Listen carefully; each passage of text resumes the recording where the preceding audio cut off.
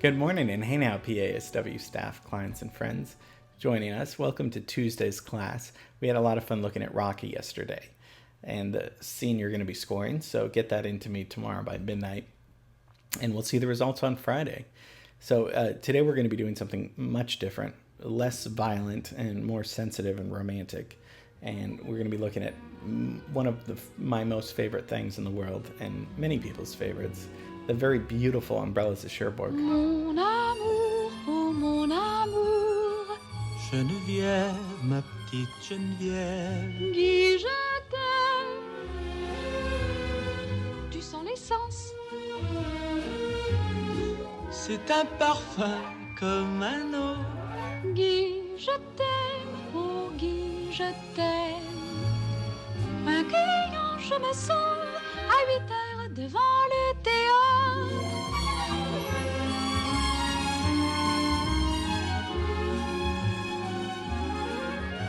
Umbrellas of Cherbourg is a film that came out in 1964, and it's a romantic drama, and it's beautiful in many ways. Probably the most obvious thing at the beginning is that it's an opera. It's a French opera, so every single thing is sung. It's not a musical in the sense where there's musical numbers and then they talk in between.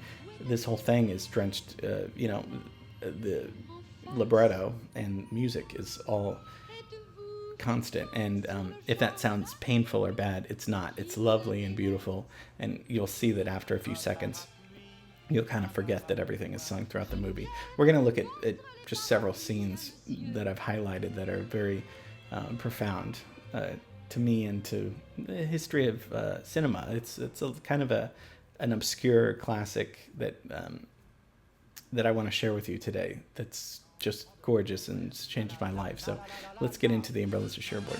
J'aime pas l'opéra, le ciné c'est mieux. Moi ce soir je vais danser, la la la la la la la.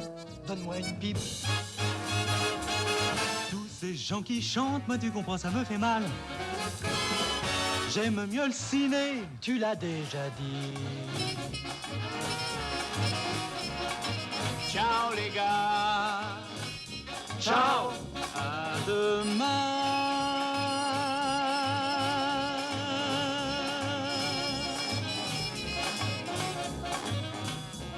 So like I said, it's a French opera. It's kind of musical-like because it's not opera in the sense that it's classical music. It's not really. It's mostly a jazz score, but it's jazz classical in the sense that there's a full orchestral score with kind of this jazz feel. We'll hear it, but there's not these there aren't these big grand grand numbers though. All the dialogue is more or less kind of naturalistic speech, and it's sung instead of spoken. So that's going to be fun. So let's back up and see where we're in before we dive into this. Let's see what we're doing. So we were in Philadelphia yesterday, right? Now let's go to France, and this is Cherbourg. We're going to look at this little town, and the movie comes out in 1964. So let's just think about what's going on in 1964. Well, we have the Whiskey a Go-Go, which we did a class on. That opens in 1964. We have the Beatles' first appearance on the Ed Sullivan Show in 1964. That changed the world, not just rock and roll music, but the Beatles. And then we also have Civil Rights Act in 1964 that Lyndon Johnson signs, and this is where this made it illegal to discriminate against someone based on their race, religion, or sex. And so this is 64. Things are changing. Civil rights movement, music, politics, culture, all these things are happening this year. So we have two people mostly responsible for this work. Jack Demme, the writer-director of the film, and Michel Legrand, who's the composer. Jack Demme was a lyricist, a writer, a director, and one of the most influential figures of the French New Wave. I wanted to do a class on French New Wave. We will. This came first somehow. But if you've heard that term, then great. If not, then French New Wave is this movement, this artistic movement that happens in the late 50s in France, obviously. And it's Godard, Truffaut, Jack Demy. They're part of this movement. It's this experimentation of where these filmmakers explored new approaches, okay, to narrative by using the editing and a visual style and kind of a documentary feel, like jump cuts. It looks kind of low budget in a sense, but it kind of is sloppy sometimes, but it gets to the point faster. The French New Wave filmmakers loved Hollywood, and they loved the golden age of Hollywood, and they wanted to make their own movement of filmmaking that was really groundbreaking back then. And the huge star Catherine Deneuve got her start in this film. She, of course, is a superstar today, but she was 20 when she was first cast in this movie, and this catapulted her career. So the story to this it's a great story. It's Catherine Deneuve's character is in love with this mechanic guy, and her mom owns this shop that sells umbrellas, and her mom doesn't really like that she's dating this guy who's a mechanic. She wants something, greater for her. And they're these kind of teenagers, young couple in love, and he gets papers that he has to go off to war, and they're both heartbroken over each other because they love each other and they promise they'll always be together. Meanwhile, the mom is happy that this has happened, and while he's away at war, they correspond a little bit, but the mom sees that this other guy, Roland Cassard, is interested in her, and he's this kind of rich jeweler, and a nice guy, but a little plain. Excusez-moi, mais ce bijou m'intéresse, je l'achète. Je puis vous tirer de ce mauvais pas. Permettez-moi de me présenter, Roland Cassard, diamantaire. Mais monsieur, Non, rassurez-vous, madame, je ne fais pas de philanthropie. Je placerai facilement ce collier à Paris ou à Londres, où mes affaires m'appellent fréquemment. je ne sais si je dois. Ne vous moquez pas de moi. Je suis honteux. But she encourages this relationship and pretends that Guy is just not interested in her, and Catherine Deneuve's character just marries this guy, and when Guy comes back, he sees that the shop is sold and she's moved away, and he's heartbroken. He thought that she was going to be waiting for him, and he marries another woman, and at the end, the last scene is, I want you to watch it. I won't tell you. It's a beautiful love story. It's heartbreaking. It really is. It's unexpectedly sad and bittersweet about not just young people in love, but just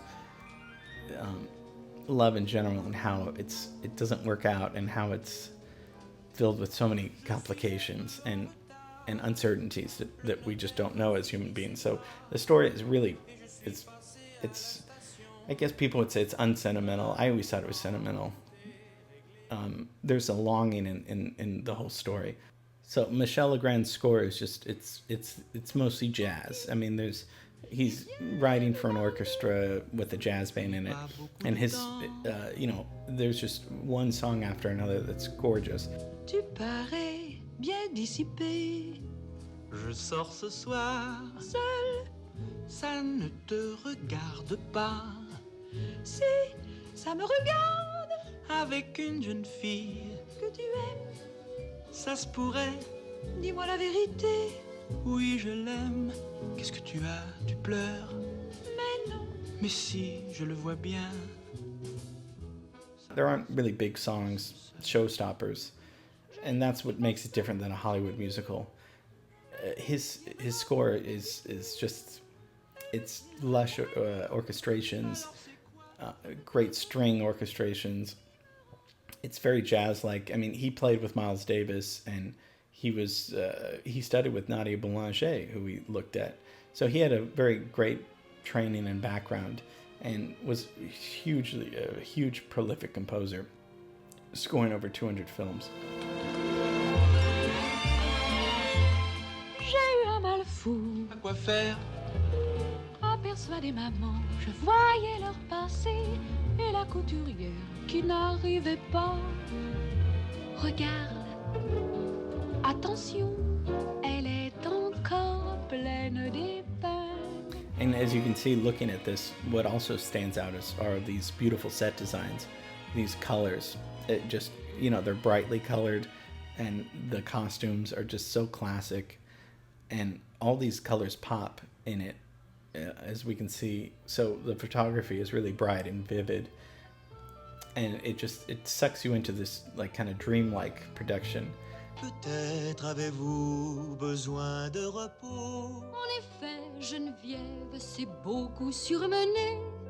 Cet an dernier, elle est un peu palote. Pourquoi n'iriez-vous pas vivre à la campagne? La situation dans laquelle nous nous débattons ne nous permet pas, pour le moment du moins, de prendre du repos. Geneviève ne veut pas partir seule, et moi de mon côté, je ne peux pas abandonner le magasin. C'est inextricable.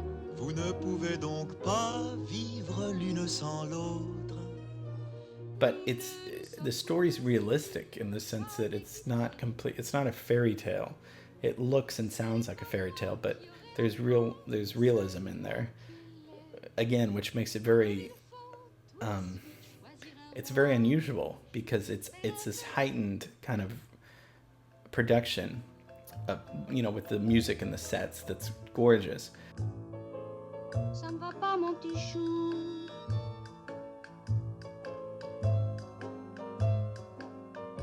Viens avec moi si tu veux. Toi, on peut dire que tu es gentil. It's very unlike Hollywood musicals. So there's no chorus, there's no dancing, there's no over the top, there's no really happy ending to this. So although the music kind of sounds at times like it's from a musical, musical theater, like it is, but it's not typical of Hollywood musicals. And I know that the filmmaker and composer were influenced by Singing in the Rain and all these wonderful Hollywood musicals. They decided to kind of take that but do it their own way. Il vit avec sa marraine, une dame qui l'a élevé. Il n'a que moi et tu verras, il est très beau.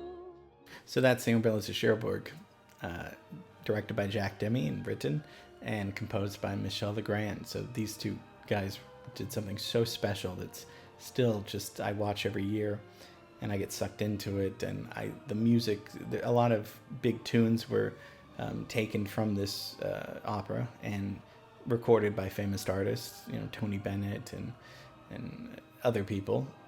But it's a wonderful little gem of a movie. So check it out. It's just lovely, and you'll get sucked into the magical world of it. I saw it in 10th grade, and it changed my life. I rented the movie from Video Journeys, and where I rented all my movies back then. It's not there anymore, but it was a lovely video store right near John Pace's house, and I saw it. My parents went out for the night, so I got to just see it by myself. I loved it. I woke up the next morning, I turned it on again, I watched it again. I was just, the sounds, the set designs, the costumes, the orchestrations, everything was just blew my mind. And it remains one of my favorite movies and scores.